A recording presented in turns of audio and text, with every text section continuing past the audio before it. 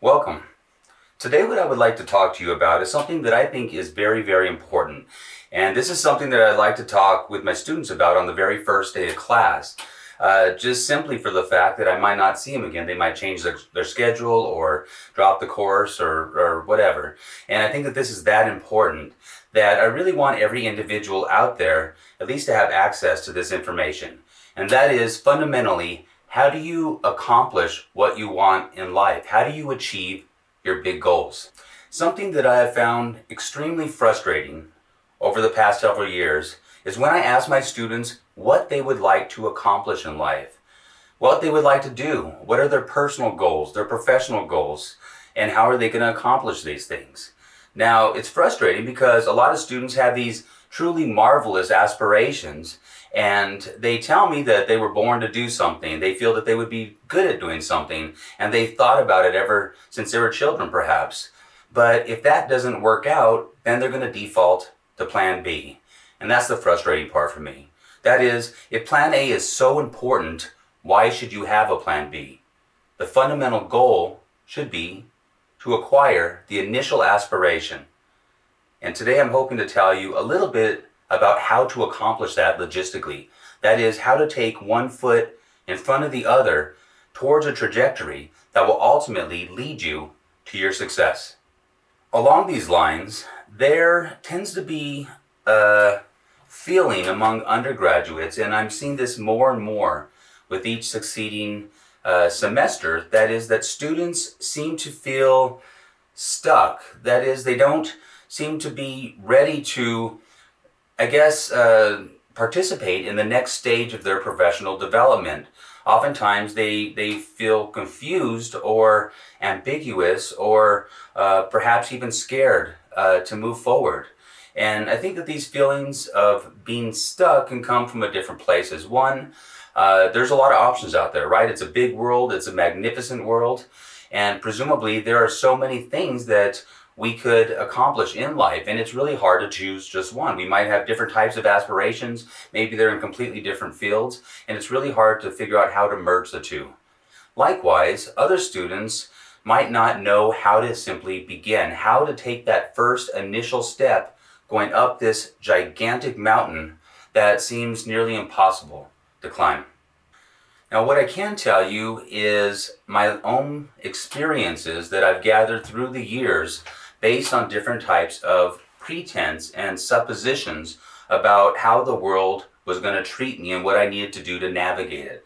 So coming from Albuquerque, New Mexico, and quite frankly, a really modest background where I could say honestly, I didn't have a single book in both of my houses. Both my parents were divorced in both my mom's house or my dad's house. We didn't have any books growing up. So knowing that I came from a modest background, that it would be really challenging to obtain my goal, which was to become a scientist and study the mind. And I've been very fortunate in my life, and I think all of us can see the glass is half full if we choose to. But I knew that when I eventually got into graduate school, that I would be competing against some of the most brilliant individuals in, at least in the United States.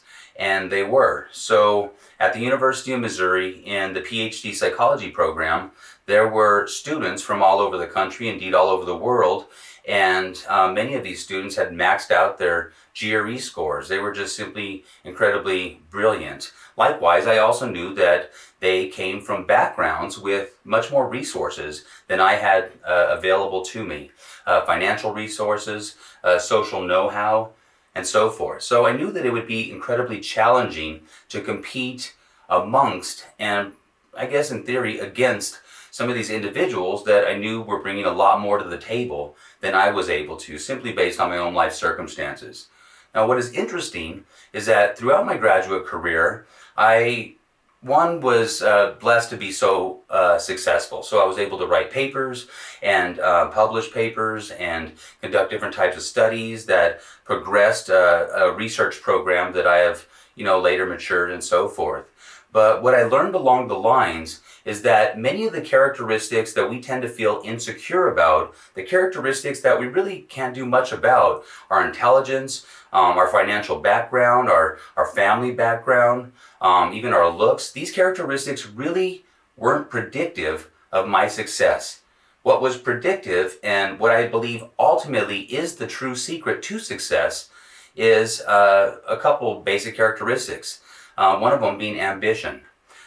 Two being motivation. So these are characteristics that we can muster, that we could find a means to propel us towards a specific goal.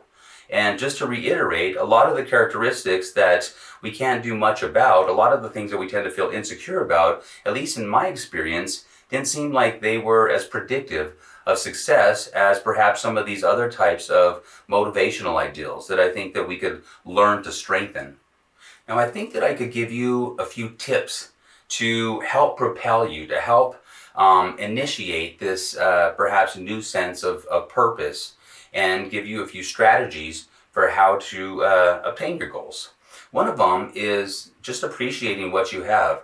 So, at least being here in the United States, we have tremendous opportunities, maybe not all in equal probability, but certainly we have many equal opportunities, and that is something that we shouldn't take for granted.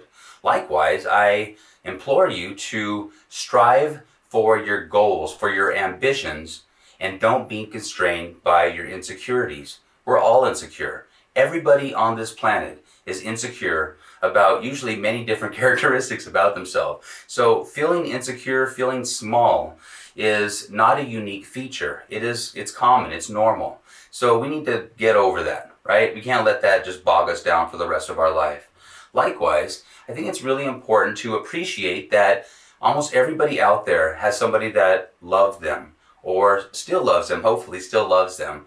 And, we need each other. And likewise, we also have the responsibility to fulfill those aspirations that I think a lot of eyes have put on us throughout development. Let's meet that challenge. Let's rise to that bar. And then finally, and perhaps the most important tip that I could give you, is to think about what I call a 24-hour rule. That is, everybody on this planet, regardless of how smart you are, whatever kind of financial background, social background, whatever you might look like, everybody is constrained fundamentally by the same 24 hours in the day. Okay? Everybody. So this ultimately creates an equal playing field that I hope will inspire you to feel that you have just an equal opportunity to obtain your goals as anybody else on this earth. And what it ultimately comes down to is what you're going to do with those 24 hours. And that leads us to the fundamental tip that I could give you in being able to obtain particularly your professional goals in life. And that is simply to work harder than anybody else towards those goals. So just imagine this. If you work harder than all the people that are competing for the type of object that you are striving for, you're bound to get it. You're almost guaranteed to be successful. But at the same time, if you give up on obtaining that goal and allow other folks to work harder than you to obtain what you initially wanted, you're almost guaranteed not to be successful, right? I oftentimes think about it as a race. And sure, there is a lot of endurance that needs to be upheld, and sure, it's very challenging and difficult. But if you imagine a race as just a whole bunch of competitors that are just seconds away from giving up, hopefully it'll give you the ambition and the motivation to keep trying, to persevere. And that word perseverance is incredibly important. That is, you got to keep trying in life until you eventually learn how to be successful. So if you think about yourself in this, majestic race of life, and, instead of thinking about all the other athletes that are so much faster than you and so forth, just think about their will and at what second they are willing to give up in a way that you will not. Another way that I like to think about this is with an acronym that spells out the word POISE. So P-O-I-S-E. So you could define poise as essentially a state of balance or equilibrium. You could also define poise as a state of dignity and confidence. So I think to live a life of poise is to live one that is centered with a purpose and with confidence. So let me just break down those individual letters. The first step in obtaining one's professional goal, and I just narrowed this down to 5 basic principles. The first step, P, that is, you need to simply pick what you want to do in life. You need to pick the direction that you want to walk. You simply need to pick the specific, particulate, circumscribed goal that you are trying to obtain. Sure, there could be many interests in life, many different ways that we could contribute and we could feel fulfillment and so forth, but you ultimately need to pick something specific because that will dictate what direction you're going to start walking. Okay? So that's P. You got to pick your goal. That's the initial step, and it's one that cannot be overlooked or overcome. It is step number one. The second step is O, or figuring out how to overwhelm your competition. So this is a fundamentally different goal than trying to figure out what is the minimum criteria that you need to obtain your goal. Okay, you're trying to figure out what it takes to overwhelm your competition, to put yourself in a completely different package. So you can imagine an employer or somebody that's going to be evaluating you, choosing from an entire, a mass of mediocrity. How attractive would that be versus another pile of much fewer candidates that are exceptional, that have gone above and beyond what was minimally required for that, for example, a job position. Okay, so I like to tell folks that it doesn't take any more brain energy to adjust the bar that you're trying to strive for. Sure, it takes more effort to accomplish those goals, but just to think about where your bar is, what are, the fundamental, logistical, iterative goals that need to be accomplished to obtain this grander purpose, that doesn't take any extra brain energy. You just need to figure out, if other folks are here, what does it take or require to meet this bar, okay? So it's almost like, you're shooting for the stars and you land a little bit short and maybe you land on the moon. But certainly that seems like it could be better than if you're shooting for the moon and land a little bit short and then you're just floating around out in space, right? So it's kind of presenting a cushion or some insurance in your efforts, and figuring out how to overwhelm the competition can take different forms. It's not only thinking about the different types of criteria or different levels of excellence that would separate you from a pile of mediocrity, but it could also come in adjusting the time frame in which you accomplish tasks. So what I like to do is set my own personal deadline for everything that I need to accomplish that is prior to the deadline that is formalized. So how do you know what is needed to overwhelm your competition? How do you know what logistical materials and experiences need to be in your back pocket when you are ready to present yourself for the next stage of your life? Well, all of us ultimately depend on other folks. We're a social species, and it'd be hard for any of us to think about the goals that we've accomplished in life entirely on our own without the assistance of others. So it is what it is. How do we figure out what it takes to overwhelm the competition? We usually have to learn that from other folks. We have to learn that from individuals that have obtained the goal that we're trying to reach. Okay? So we need to learn from other individuals, and ultimately the goal is about figuring out the personal bar that we are striving to reach that will provide us that cushion, that guarantee that we will be evaluated from a superior position ultimately when it is time to do so. So the next step would be I, and that is to identify all the different steps and stages and criteria that are required to obtain your goal. Okay? So, no matter what the goal is, there's going to be different numbers of stages that are taking place towards that trajectory. Some of these stages or steps or kind of mini goals require a long amount of time. And those are the things that you just simply need to start working on earlier, right? Other types of steps don't require as much time, and perhaps you could put those off and towards, a later date. But the point that I'm trying to make is that you need to learn from other folks exactly what is required to be able to obtain your goal. That leads us to step number 4, which is S. And the word that I use to kick off the S is to start. That is to start walking down this path and to start with these iterative goals. So as I mentioned, some goals take longer. You're going to probably want to start working on them sooner. Some goals take less time, and perhaps you could put them off into a later stage. Certainly, some types of goals require a foundation that needs to be conducted sooner, and so forth. But the fourth step is to start walking down that path. Okay, once you learn from other folks, figure out what needs to be accomplished, you just simply plan out temporally what needs to be accomplished first, what can be accomplished simultaneously with other steps, and what could be put off towards a later stage in this process. And that leads us to the fifth step. And this is one that I think is absolutely important. And that is how to figure out how to convert your extracurricular time. So we're on E, right? How to convert your extracurricular time in ways that is ultimately productive. Sure, we all need downtime. This is an incredibly complicated and stressful world. And some of this downtime takes the form of watching TV or listening to music or perhaps surfing around on the internet, just observing the beauty of nature outside and so forth. And that is very, very important. It's important to have downtime for our well-being and ultimately for our mental and physical health. But what I'm simply suggesting is that we get in a habit of converting that extracurricular downtime into activities that are ultimately contributing to the greater purpose. So instead of, for example, surfing on the internet randomly, ambiguously about, maybe celebrities or something like that, presumably you could be learning about your own craft. You could be learning about these intermediate steps. You could be learning about the individuals that accomplish the types of goals that you have in mind.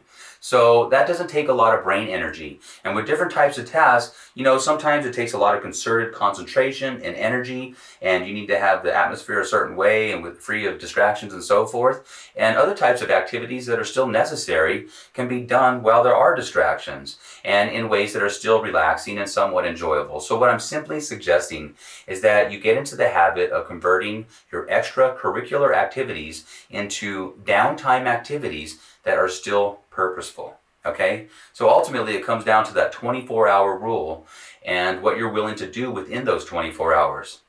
Ultimately, working harder than your competitors or choosing to allow your competitors to work harder than you. Now I'd like to give you a quick example of how you could break down these 5 steps to accomplish something that is relatively challenging. So the example I'm going to use is how do you get into a PhD psychology program or perhaps a medical graduate program. Okay, so starting off with P, the first thing again you have to do is you have to pick what your goal is. In this case it is to obtain a PhD in psychology in the United States. Now that leads us to O. We need to figure out how to overwhelm the competition. So what is required to get into a PhD program? Well, you have to have letters of recommendation, you have to have research experience, you submit your GPA, and you also take GRE tests. So you submit those GRE scores. So there's 4 general components to this application, and step number 2 is to figure out how to overwhelm the competition. So for example, a lot of undergraduates don't have extensive research experience. If you could enhance that, that would be one way to overwhelm the competition. Likewise, if you could kind of max out your GPA, if you could get some really stellar letters of recommendation and so forth. So, if you could figure out how to overwhelm the competition, maybe even being a co-author on a publication as an undergraduate, that would be tremendous. And that would certainly put you in a different stack altogether from folks that just met the minimum criteria. So step number 3, I. That is to identify all the intermediate steps that are required to obtain these criteria, right? So you have the 4 criteria: letters of recommendation, GRE scores, GPA, and research experience. Some of these steps take longer. So your GPA is something that you start on initially and you're building upon the entire time, right? So that's something that you really need to focus on sooner. It's one of the first stages. In contrast, your GRE scores are usually something that you take at the end of your undergraduate career, just prior to applying to the graduate program. So that's something you probably want to study for about a year in advance, but you don't necessarily need to focus on it as early as you do your GPA. The other criteria, letters of recommendation and research experience. Well, the more that you could get and the deeper experience you could get with regard to both of these, and the higher the quality of letters of recommendation in general, that would again help put you into a completely different pile. So the point that I'm trying to make is you need to identify all the intermediate steps that it takes to be a successful PhD applicant. And we usually have to obtain this information from other folks. So step number 4, we just got to start. We start on the things that take the longer sooner, and we are mindful of all the intermediate steps that we will have to overcome along the way. That is, putting off those stages that take less time, usually towards the end. And then finally, number 5, figuring out how to convert your extracurricular activities into activities that are just simply more purposeful or perhaps efficient or contributory towards your goal. So for example, instead of again looking at celebrities ambiguously or aimlessly on the internet, perhaps you could be searching for different types of programs, or searching for different types of the intricacies of different types of professions, and what these different professions do and what their lives are like, or who are prominent individuals in these professions that you could learn from, and so forth. Okay, so I hope that each of you have the opportunity to obtain every single goal that you have in life, and I really do think that you could apply these 5 steps to non-professional goals. So goals with regard to your aspirations of having a relationship or a family or your involvement in the community and so forth. It ultimately comes down to breaking down that humongous mountain that oftentimes keeps us stuck and scared into these meaningful little chunks that allow us to just simply take one step in front of the other. I hope this helps. I wish you all the best.